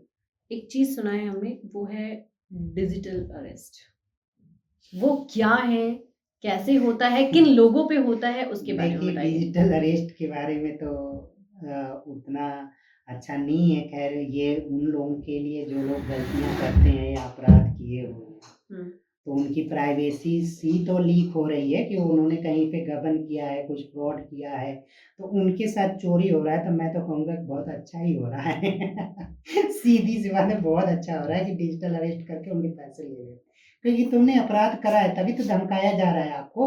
तो ये उनके लिए तो भी है ना, जो कर रहे हैं गलत, वो भी ये सीखें कि तो डिजिटली अरेस्ट अगर आप हो गए तो हाँ, आपके साथ क्या होगा? तो वही सारा पैसा खत्म खैर आपका। इस तरह की कोई चीज़ नहीं होती। गवर्नमेंट भी ऑलरेडी एडवर्टाइज़मेंट कर रही है कि भाई डिजिटल अरेस्ट नाम की चीज़ कुछ नहीं होती है। लेकिन जो आदमी चोर होता है ना, तो वो डरता है यार, कहीं फँस तो नहीं रहे हैं, हमें फँसाया गया है, इतना पैसा दे दो, ये कर दो तो हम आपको छोड़ देंगे, तुम्हारे खिलाफ एफआईआर हुआ है, तुम्हारे बाद तुम्हारा दोस्त यहाँ पे ये हो गया है, वो हो गया, 50 तरह की बातें इसके अंदर आती हैं। जो कि मतलब डिजिटल अरेस्ट का ही कॉन्टेंट्स है। कॉन्सेप्ट एक ही है, जो होते हैं ना कि थियरी एक है, उसको अलग-अलग तरीके से इसको मैनेज करने का प्रयास किया जाता है कि आप कोई अपराध, क्योंकि वो आपकी प्राइवेसी इन्फॉर्मेशंस कहीं से लीक हुई है, तभी तो धमका रहा है, डायरेक्ट कह रहा है कि आपका ये हुआ है, वो हो गया, क्योंकि आपकी कोई प्राइवेसी आपकी लीक हुई है तभी हुआ है।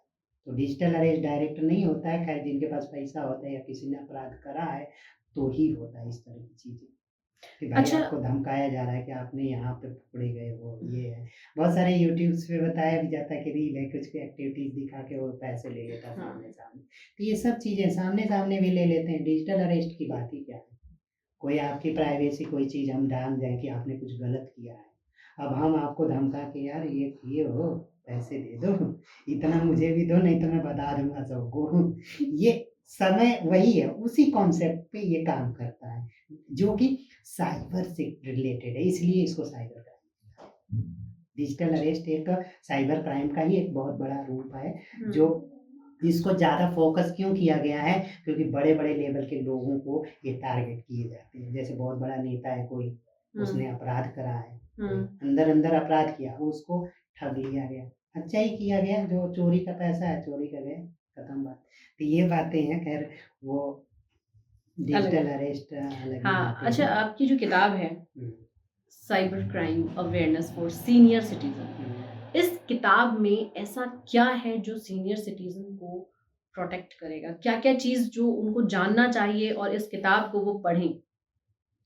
देखिए, इनको ना बहुत सारे रूल्स बताए गए हैं जो कि सफाई से रिलेटेड, जैसे कि आप डिजिटल क्लियर रखना है, जैसे कि एक ये अकाउंट का सारी हमने चीज़ें आपने वन हमने बाय वन बता रखी है पूरा उसमें। एक-एक प्रोसेस बताया। इस प्रोसेस को अगर फ़ॉलो करते हैं ना, तो आपके साथ साइबर क्राइम होने का सवाल ही नहीं पैदा होता। ऐसी ट्रिक हमने दी है उसके अंदर। कोई अच्छा। भी सीनियर सिटीज़न जो-जो रूल्स हैं, जैसे हमने 15 टॉपिक्स में 15वें टॉपिक्स में हमने इसके बारे में प्रॉपर दिया है कि क्या-क्या आप सेफ्टी रूल्स अपनाएँगे। इसको जानना ज़रूरी है। हुँ। एक चीज़ हमने पूरी तरह से बताया कि लालच में आना, जैसे अनजाने में कोई कह दे कि भाई आप अक्सर ओल्ड एज पर्सन के लिए कहते हैं कि आप 10 लाख कर लीजिए, यहाँ पे इन्वेस्ट करिए, ऐसे-ऐसे हो जाएगा, इतना पैसा आपको मिलता रहेगा, आपका बढ़िया सारा चीज़ होगा। वहाँ पे ऐसे-ऐसे इन्वेस्ट करवा के पैसे फँसा लेते हैं। ठीक है? वो सब वेरीफ़ाई नहीं कर पाते। इस सब चीज़ों के लिए लालच में नहीं आना है, जो एथिकल लगे या प्रोसेस्ड लगे उसी चीज़ को करना चाहिए। ये सारी बातें हमने बताई है। साथ में जो सेफ्टी रूल्स को जैसे फ़ॉलो करना है, जैसे बहुत सारी डिजिटल आजकल ओल्ड एज पर्सन जो होते हैं, क्या है मैं ना, आपको मोबाइल एक बार यूज़ करने सेकंड उस लगे पे हैं, जाने से तो पहले उन्हें एक सवाल पूछूँगी। यस, वो ये है कि आपने कहा कि स्टेप बाय स्टेप बताया हुआ है जी। और आपको ये भी पता है कि जो इस समय के सीनियर सिटीज़न हैं, हाँ, वो उस समय के हैं जो डिजिटली इतना अवेयर नहीं है, नहीं था, मतलब मोबाइल उस से समय इतना अवेयर नहीं है, तो जी। कैसे वो उस चीज़ को समझेंगे आपने जो उसमें समझाया है? देखिए, ये तो अवेयर होने का जो प्रोसेस है ना, हुँ, बहुत ईज़ी तरीके से हमने डिस्क्राइब करा है, कि जो कि कोई भी हो, मोबाइल यूज़ वो करना, हाँ। वन बाय वन पढ़ता बाकी जाएगा कुछ और करता सेफ्टी जाएगा तो टूल, हो जैसे जाएगा। आपने एक स्टोरी बताए थे, घटना कि उनके अकाउंट से 3 साल से पैसे कट कटते रहे जा रहे थे। हैं, हाँ। तो वो अमाउंट भी बहुत छोटा छोटा-छोटा। अमाउंट था। हमने एक सेफ्टी टूल बताया था कि आप पहले तो वीकली आप अकाउंट को जाँचिए, अपना स्टेटमेंट निकालिए। वीकली नहीं तो महीने में तो एक बार करिए ही। हुँ, तो महीने में आप एक बार अकाउंट्स को प्रिंट करिए। ऐसे अकाउंट में जो कि छोटे ट्रांज़ैक्शन का मैसेज ना भेजता हो, क्योंकि अक्सर जो प्राइवेट बैंक वाले हैं ना, 3000 से कम की ट्रांज़ैक्शन होती है, उसका मैसेज भेजते ही नहीं। हुँ, ठीक है? डेबिट की जितने भी मैसेजेज़ होते हैं भेजते नहीं। हुँ, डेबिट का कम से कम भेजना चाहिए, क्रेडिट छोड़िए। कोई टेंशन नहीं है, क्रेडिट हो गया, अकाउंट में पैसे आ गए, तो नहीं, नहीं, टेंशन नहीं क्रेडिट है। भी पता होना चाहिए ना हाँ, कि किसने आपको डेबिट दिया का है, तो आप आपको कंफर्म हो जाएँगे कि हाँ, उन्होंने दे दिया। हाँ, जी, तो डेबिट के इन्फॉर्मेशंस आपको रखनी चाहिए। अब बताया आपने कि 3 साल से छुआ नहीं उन्होंने अकाउंट में, छोटे कि हमारा अकाउंट में पड़ा, वो भी प्राइवेट बैंक में, शायद प्राइवेट बैंक ही रहा होगा नहीं, कभी। नहीं, हुआ ये कि छोटा-छोटा अमाउंट लिया गया है। हुँ, इंसान पासबुक की एंट्री तभी कराता है जब उसे बहुत ज़्यादा ज़रूरत होती है या जी, कहीं देना होता है या कहीं अप्लाई कभी करना है। कुछ बैंक हाँ, जाता बहुत है तो रेयर है कि देखता साल है। में एक बार और वो हाँ, भी उतना नया चाहिए टाइम होता है, नहीं पासबुक है। भर गया है तो चाहिए नया, हाँ, तो करता है।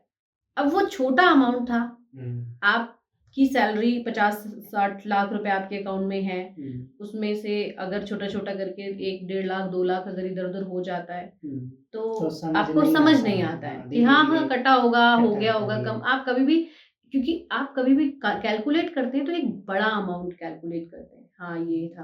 अब हुँ। उसमें ₹200 का चीज़ भी मँगाया हुआ है। आप कभी सोचेंगे कि 200-200 करके इतने साल में आपके कितने पैसे कट नहीं, गए हैं? वही स्टेटमेंट तो निकाल ही लेना चाहिए। हर ये ईयर में गवर्नमेंट क्या कहती है कि हर साल इनकम टैक्स रिटर्न भरा जाता है, हुँ, ठीक है? वो इनकम तो टैक्स रिटर्न भरने वाले व्यक्ति थे। हाँ, तो वही तो हर साल जो है ये आईटीआर भरने से पहले एक स्टेटमेंट जमा करी जाती है, तो उस समय भी निकालते थे, 1 साल का तो बच जाता, 2 साल से कट रहे थे। तो ये चीज़ तो ध्यान देना चाहिए कि हमारी ट्रांज़ैक्शन इतना ज़्यादा क्यों हो गई? अब जो है हुँ, जो आप स्टेटमेंट निकालेंगे वो 1 पेज में हो जाने वाली चीज़ थी। साल भर में 20-25 ट्रांज़ैक्शन और आप पता चला कि 300 ट्रांज़ैक्शन एक्स्ट्रा आई पड़ी हैं। हुँ। तो 300 ट्रांज़ैक्शन जब आएँगे तो 3, 4, 5 पेज का ट्रांज़ैक्शन हो जाएगा। नहीं, नहीं, एक्चुअली ट्रांज़ैक्शन जब वो कराने जाते थे, तो वो बैक का नहीं कराते थे कि भई अभी हम मुझे ना लेटेस्ट में 1-2 महीने का निकाल कर के दे दो। अच्छा, तो मुझे यही ज़्यादा नहीं तो यही यही उसमें यही वो फिर नहीं पता चल रहा था। हाँ, हाँ। जब उन्होंने उसको ओपन किया और हुँ, देखा तब उनकी आँखें खुली कि अरे! ये क्या? हुँ। मैं 250-300 रुपए की चीज़ तो आज तक मैंने कभी मँगाई ही नहीं है। हुँ, हुँ, हुँ। तो ये तो हो वही कहाँ से वो रहा है? चीज़ें उन पर निगरानी रखनी चाहिए ना, हर हुँ, चीज़ की निगरानी रखनी चाहिए, अकाउंट है, पैसे हैं, हुँ, भई सेफ कहाँ पे है? तो ये चीज़ें तो पहले तो या तो एफडी करा के रखिए कि ट्रांज़ैक्शन फिक्स रहे, हुँ, अगर ज़्यादा पैसा रख रहे हैं, हुँ, तो ऐसे सेविंग या ट्रांज़ैक्शन वाले अकाउंट्स में मत रखिए। बहुत सारे ऑप्शंस होते हैं कि आप दूसरा अकाउंट रखिए, उसमें पैसे रखिए, थोड़े बहुत आप यूटिलाइज़ करने के लिए पैसे रखिए, ज़रूरत पड़े तो वहाँ से निकालिए, ये सब सेफ्टी टूल यूटिलाइज़ करना चाहिए। अकाउंट अगर लग रहा है कि आपको इस तरह का प्राइवेट बैंकों में रख रहे हैं, तो ये सब ज़्यादा उस पे ध्यान देना चाहिए कि ट्रांज़ैक्शन फ्रीज़ रखिए उसको, हुँ, जो मोटा अमाउंट है। जैसे मान लीजिए कि 50 लाख का है, तो उसको आप ट्रांज़ैक्शन फ्रीज़ रख लीजिए कहीं पे ऐसे। कई अलग-अलग जगहों पे रखेंगे, अलग-अलग गवर्नमेंट बैंकों में रखिए, जैसे सेंट्रल बैंक का हो गया। इनका तो इतना मतलब वो है प्रोसेस है, मैं यूज़ करता हूँ तो बता रहा हूँ कि हुँ, सेंट्रल बैंक का, कि हर वीकली इनके ट्रांसफ़र जैसे अब मैं ऐप यूज़ करता हूँ, तो इनके ओटीपी एक्सपायर मतलब वो उसका पासवर्ड एक्सपायर हो जाता है, नया पासवर्ड बनाना पड़ता है हर वीकली। अगर वीकली नहीं बनाएँगे, नया पासवर्ड सेट नहीं करेंगे तो वो वाला खुलेगा ही नहीं, ऐप ही नहीं खुलेगा मोबाइल ऐप। अच्छा। हाँ। अच्छा, अब सबसे अहम और इम्पोर्टेंट सवाल है हुँ, क्योंकि हमने समझ लिया है कि साइबर क्या है, साइबर क्राइम क्या है, साइबर सिक्योरिटी क्या है। हुँ, अगर किसी के साथ हो जाए, हुँ, मान लीजिए कि साइबर क्राइम हुआ, हुँ। आज मुझे पता लगा, तो मुझे सबसे पहले कहाँ जाना चाहिए, किनको बताना चाहिए कि मुझे उसका आंसर मिले या मेरा पैसा मुझे वापस मेरा कट गया, ठीक है, मैं हुँ। तकलीफ में हूँ इस समय, तो मुझे वो मेरा पैसा वापस मिल जाना चाहिए क्योंकि वो देखिए, गलत जगह साइबर गया, क्राइम के लिए गवर्नमेंट ने एक हेल्पलाइन नंबर भी दे रखा बट है, इट्स नॉट वर्क। नहीं वो वर्क उतना करता वो है। वर्क नहीं तो करता। ये इंडिया का तो यही तो सबसे बड़ी कमी है। मैंने शुरू में ही बताया कि इंडिया में अपराध ये छोटे से लेके बड़े जितने साइबर क्राइम अपराध हो रहे हैं, हुँ, गवर्नमेंट के कारण होता है। शुरू-शुरू में ही ये बात बोला था। हुँ, गवर्नमेंट लगभग-लगभग ज़िम्मेदार है इस बात को। कि वो सही ना नियम बनाती है, अगर नियम बना भी दिया है, तो केवल कागज़ तक ही है, पैसे देने के बाद बदल जाता है या कुछ ऐसा एक्शन हो जाता है जिसके कारण वो सालों-साल केस चलेगा। पता चला 10-20 हज़ार रुपया फँसा है, उसके लिए वो 50,000 खर्चा करेगा तब जाके उसका सेटल होगा पूरा कि नहीं भई वो केस पर एक्शन होगा, अदरवाइज़ होगा ही नहीं। हुँ, सबसे बड़ी बात कि बड़े मैटर के केसेस को वो कहते हैं कि बड़े मैटर जैसे कहीं आप जाइए हुँ, केस लेके अपना, तो कहेंगे बड़े मैटर के लिए तुम्हारा क्या मैटर देखूँ? पहले बड़े-बड़े पैसे के बारे में देखूँगा। तो ये सब चीज़ें इतने केसेस हैं इंडिया आदमी में कि लोग होपलेस हो एक्शन का जाता है। होपलेस होके छोड़ देते हैं, छोड़ो यार 10, 20, 50 हज़ार छोड़ो कोई बात नहीं, कौन जाएगा टाइम वेस्ट करने?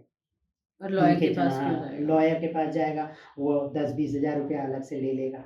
वो 10 गलत 10-20 है। हज़ार का केस करने गए, हाँ, 10-20 हज़ार रुपए लगा के हाँ, आ गए। लगा दिया तो फ़ायदा क्या है? वो डबल लॉस हो गया। तो हुँ, इंडिया का ऐसा कानून व्यवस्थाएँ हैं जिसको कि थोड़ा-सा स्ट्रिक्ट प्रोसेस है। ऐसा ही मेरे साथ एक प्रॉब्लम हुआ था, मैं अपनी एक हिस्ट्री बताता हूँ। प्रॉब्लम क्या था, मैं इंटरनेशनल ट्रांज़ैक्शंस में भी काम करता हूँ, जैसे हमारा जो टैक्स है ना, हुँ, उसको मैं विदेशों से भी पैसे आते हैं।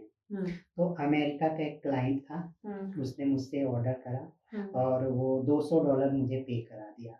ठीक हुँ, है, हमसे क्या था, हमारी एक आईपैड डिवाइस हम लोग बनाते हैं, हुँ, तो उसको हमने अमेरिका कूरियर करा दिया। हुँ, अब मैंने उसको पहले ही बोला था कि भाई हमारी मशीनें अगर नहीं चलती हैं, तो हमारी ज़िम्मेदारी नहीं है, रिटर्न आएगा तो फिर उसके बाद तो कूरियर चार्ज बहुत ज़्यादा महँगा होता है, पता है ना कि कस्टम ड्यूटी लगती है। आएगा जाएगा दोनों टाइप पे लगभग मान के चलिए कि ₹3000 लगने वाले हैं। तो हर कूरियर का डिवाइस का था, हमने भेज दिया वहाँ पे।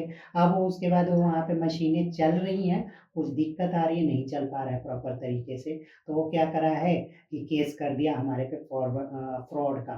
हुँ। अब क्या हुआ है कि वहाँ की गवर्नमेंट इतनी एक्टिव है, विदिन अ वीक में हमारे पैसे अकाउंट से कट के वापस चले गए।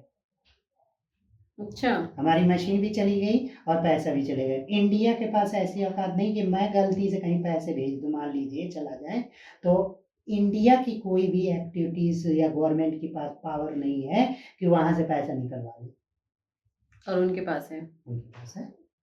वो तुरंत वो डाला अपना एप्लीकेशन, उसके बाद हमारे लिंक अकाउंट में चला गया। एक लिंक अकाउंट प्रोसेस होता है कि हमारे पैसे थे अकाउंट से, उसको जब्त कर लेना, उसको बोलते हैं। हुँ, अभी लीन अकाउंट में शो कर रहा है, लेकिन उसको रिटर्न हो चुका है पैसा। तो अमेरिका का मतलब इतना स्ट्रॉन्ग है, उसको एक पैसा भी खर्च नहीं करना पड़ेगा, बस एक कंप्लेन लेटर लिख के उसको भेजना था बस। इंडिया में आप लेटर लिख के भेज दीजिए, कोई सुनने वाला फ़ोन ही नहीं लगता है। ऐप क्या नहीं चलता। टेलीकॉम एक्ट कंपनियाँ बना रखी है, जो कि टेलीकम्युनिकेशन ही नहीं होता, कोई पर्सन कॉल करे तो उनको लगेगा ही नहीं। तो ये सब हेल्पलाइन नंबर फालतू का नेताओं का प्रचार है। रियल बताऊँ तो यही कहानी है, मैं शुरू से लेके एंड तक यही बातें शुरू किया हूँ। आप अपनी सुरक्षा खुद ही करिए, जितना कर सकते हैं। आप इसे अपनी समरी है, सुरक्षित खुद ही हैं। खुद ही करिए।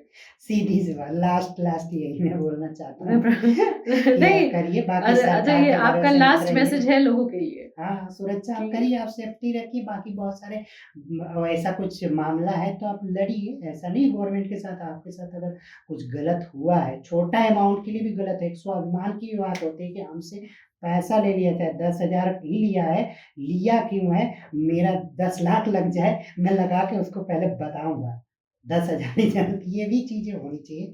खैर उस तरह की एक्शन, बाकी गवर्नमेंट को एक्शन लेनी चाहिए, थोड़ी-थोड़ी अपडेट हो रहा है बहुत सारी चीज़ें। अब जैसे संचार साथी ऐप की बात मैंने करा, तो ला तो रहे हैं, लेकिन उसके साथ विपक्ष वाले फालतू का बहस कर रहे हैं। संचार साथी ऐप जो है आपका, ये सभी के मैसेज सबके मोबाइल पे मैसेज जा रहा है। इंस्टॉल होना चाहिए। हाँ, हाँ, और क्योंकि लोगों को ये लगता है कि क्या है ये? क्योंकि अ, ये मैसेज से लोग इतना घबरा चुके हैं ना हाँ, इस ये समय। जो विपक्ष वाले नेता या फिर फ्रॉड वाले जो नेता हैं ना, जो हुँ। गलत कर रहे हैं, वो लोग इसको बरगला रहे हैं।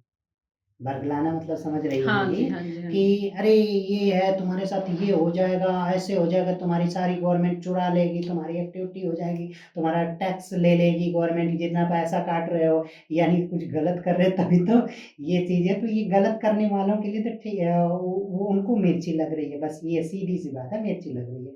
संचार साथी आप ज़रूरी है, बहुत बाकी सही है और लोगों आप को लेना करना व्हाट्सएप को चाहिए। परमिशन देते हैं, हुँ, कहते हैं मेरा फ़ोन बुक एक्सेस कर लो, ट्रू कॉलर इतना बड़ा चोर है, सीधी-सी बात, वो आपका सारा डेटा उठा के रखता है, ट्रू कॉलर फ्री वाला, वो आपके सारा डेटा उठा के सबको बताता है कि ये बंदा है, ये नाम है, ये नंबर से सेव किया गया है, इतने लोगों ने इस नाम से सेव किया है।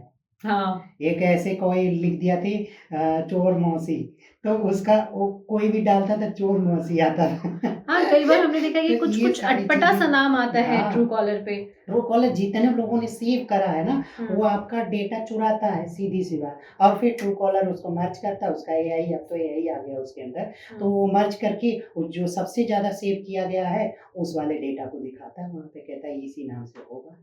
तो ये डेटा चुरा रहा है, तो ट्रू कॉलर क्या है, ये कॉन्सेप्ट पे काम कर रही है। तो उनको आप परमिशन दे रहे हैं, तो गवर्नमेंट संचार साथी को देने में क्या हर्ज है? सही बात है। सीधी सी बात, आप दीजिए उनको परमिशन, भाई हमारे मोबाइल की सुरक्षा, अगर आपकी मोबाइल चोरी हो जाए तो भी पकड़ के देने के लिए वो हेल्प करता है। इस चीज़ को तो चाहिए, ऐसा ऐप आज गवर्नमेंट बना रही है।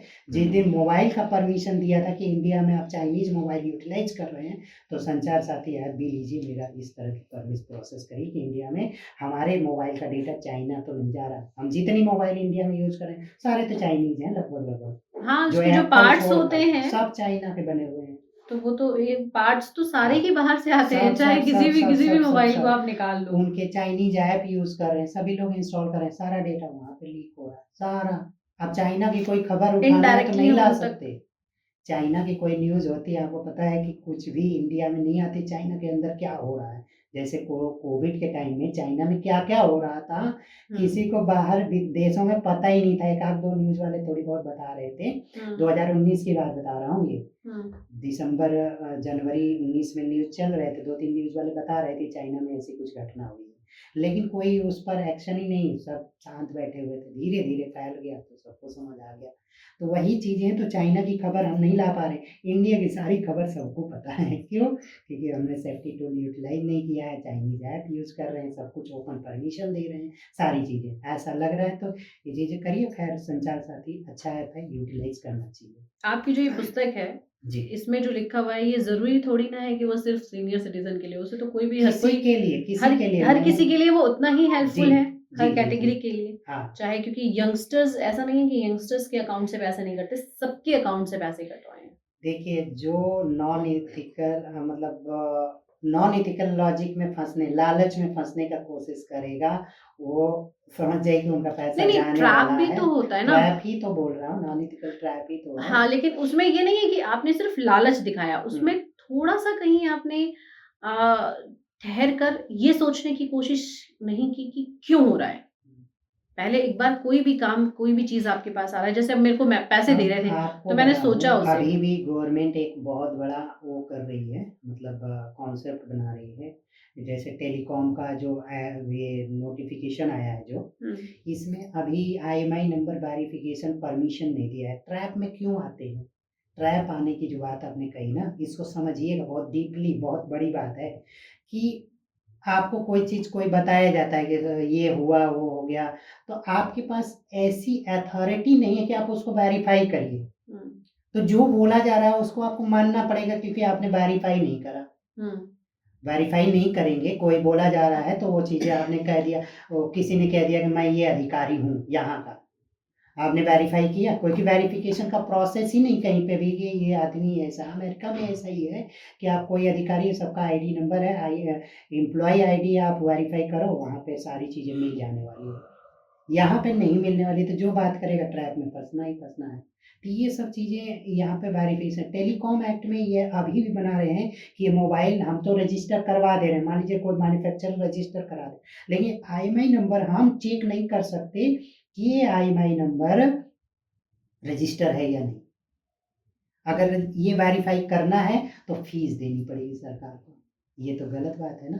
बहुत ज़्यादा। ये उसमें लिखा हुआ है कि वेरीफ़ाई, अगर कोई मोबाइल आप खरीद रहे हैं पुरानी मोबाइल, तो आप आईएमईआई नंबर का वेरिफ़िकेशन कराइए, और उसके चार्जेज़ हैं। चार्जेज़ देने पड़ेंगे। ये तो तो बाद में कमाने का गलत। धंधा बना लिया गवर्नमेंट ने। हाँ, तो ये भी ये तो गलत है आदमी ना? की सेफ्टी से ज़्यादा हाँ। लोगों को लगेगा, यार क्यों पैसा हाँ, लगाएँ, क्यों छोड़ो पैसे रहने दो, जाने ऐसे ही कर दें। लेते हैं। हाँ, तो उससे ये भी पता चल जाता ना कि ये आईएमईआई नंबर, ऐसा नहीं कोई आपराधिक घटना हुआ पड़ा है, ब्लॉक पड़ा है वो आईएमईआई नंबर, या फिर उसको कुछ एक्शन हुआ है, तो उस आईएमईआई हुँ, नंबर चेक करके तब मोबाइल परचेज़ करेगा, अदरवाइज़ नहीं करेगा।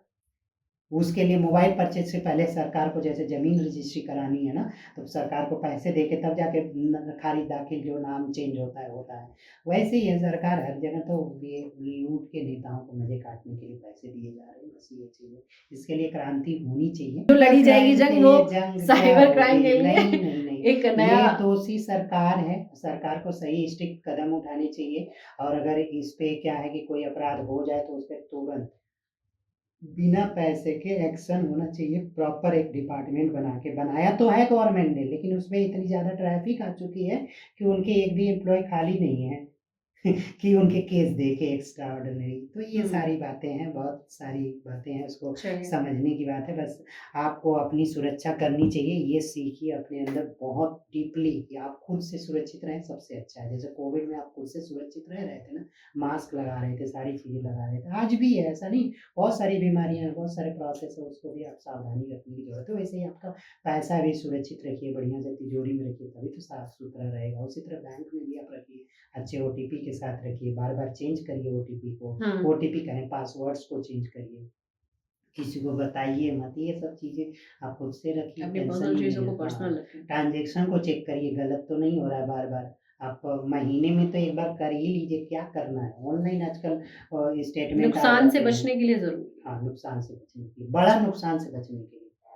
बिल्कुल। बड़ा नुकसान ना हो जाए, हुँ। तो उससे पहले हमें समझना ज़रूरी है। चलिए।